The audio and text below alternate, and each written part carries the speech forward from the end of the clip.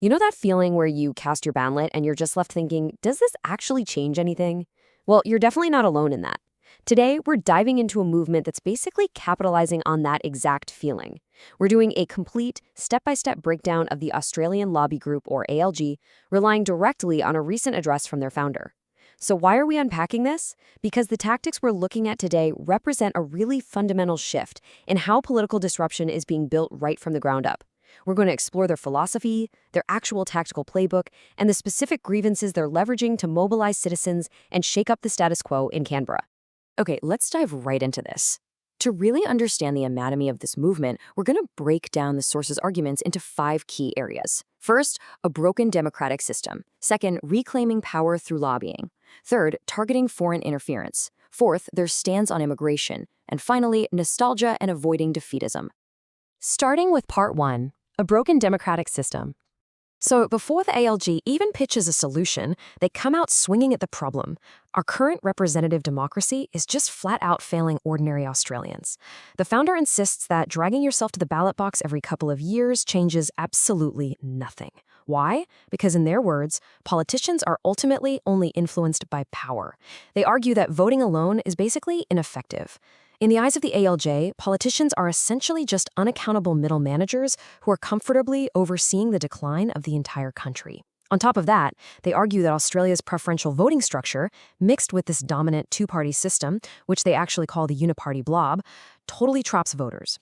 It means your vote inevitably just trickles down to an option you probably don't even like anyway, leaving people feeling completely ignored. Which brings us to part 2, reclaiming power through lobbying. Right, so if voting is a broken mechanism, what's the alternative? Well, the speaker's answer is that you have to step directly onto the political battlefield. And get this, they base their strategy on a pretty staggering number. Currently, there are over 3,000 registered lobbying entities operating in Australia. The founder argues that right now, these groups hold massive sway over the direction of the nation, but they do it entirely in secret. It's all happening behind closed doors, and the general public has absolutely no clue what's really going on inside. And this brilliantly illustrates their fix. The Australian lobby group is proposing a radical structural change. They're looking at the traditional model, the one that's opaque, hidden away in smoke-filled back rooms, and totally unrepresentative of normal people. And they want to completely flip it. The ALG's stated goal is to bust the doors open on lobbying. They want to build a transparent, open structure that is funded by and directly accountable to everyday Australians. It's basically about giving the public their very own dedicated team right on the inside of the political machine. So how do they actually pull this off? Their playbook is highly deliberate. To build this new machine, the founder actually traveled over to Washington, D.C. And why America? Because as they put it, D.C. is the undisputed home of lobbying. Step 1 was getting on the ground and networking at events like the Alliance of Sovereign Nations Conference. Step 2 was essentially an information gathering mission, learning directly from over 50 American congressmen, congresswomen, and various populist leaders. The speaker explicitly points out that the American populist movement achieved a tangible shift in culture and direction, which leads to step 3, the ultimate goal, importing those exact strategic mechanisms and forcing those same cultural and political changes back home in Canberra.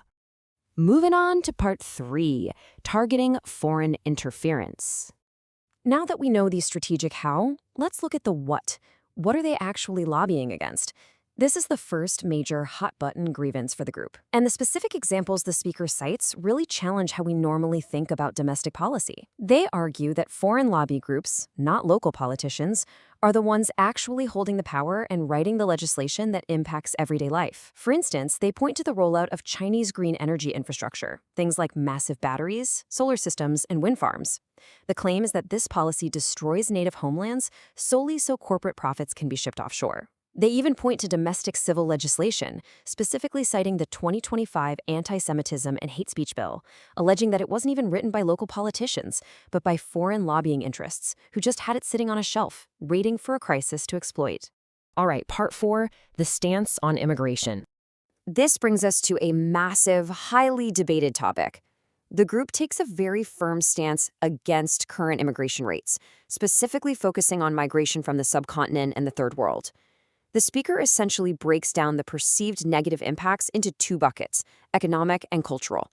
On the economic side, they argue that high immigration is just propping up a meaningless GDP number, all while forcing everyday Australians into a brutal housing crisis and actively suppressing local wages. Culturally, it's about heritage. They argue that these record importation rates are diluting a unique Australian identity and destroying a national legacy that they are absolutely determined to defend. And there's a really crucial point the speaker makes here. They view this entire system as incredibly exploitative for absolutely everyone involved. They believe the government is doing a massive disservice by bringing more people in and, to use their exact words, selling them a dream that isn't even real. Their position is that these policies exploit incoming migrants while simultaneously making the country poorer for the citizens already living there. And the kicker? They claim it's all just to prop up the profits of people who don't genuinely care about the nation at all. Finally, let's hit part 5, nostalgia and avoiding defeatism. So what is emotionally driving the 20,000 or so Australians who have apparently already signed up for this movement? It really comes down to fighting this psychological state of being blackpilled. They define being blackpilled as that totally defeated feeling where you've completely given up on everything. You deeply believe the system is utterly broken and you're convinced that voting won't make a single bit of difference. The group acknowledges that this feeling of political homelessness is super widespread right now, but their overarching mission is to stop citizens from quietly surrendering to that defeatism and instead get them off the sidelines and onto the team to fight back. Let's see how this builds, because to actually counter that modern defeatism, the speaker leans heavily, and I mean heavily, into Generation X nostalgia. It's essentially their rallying cry.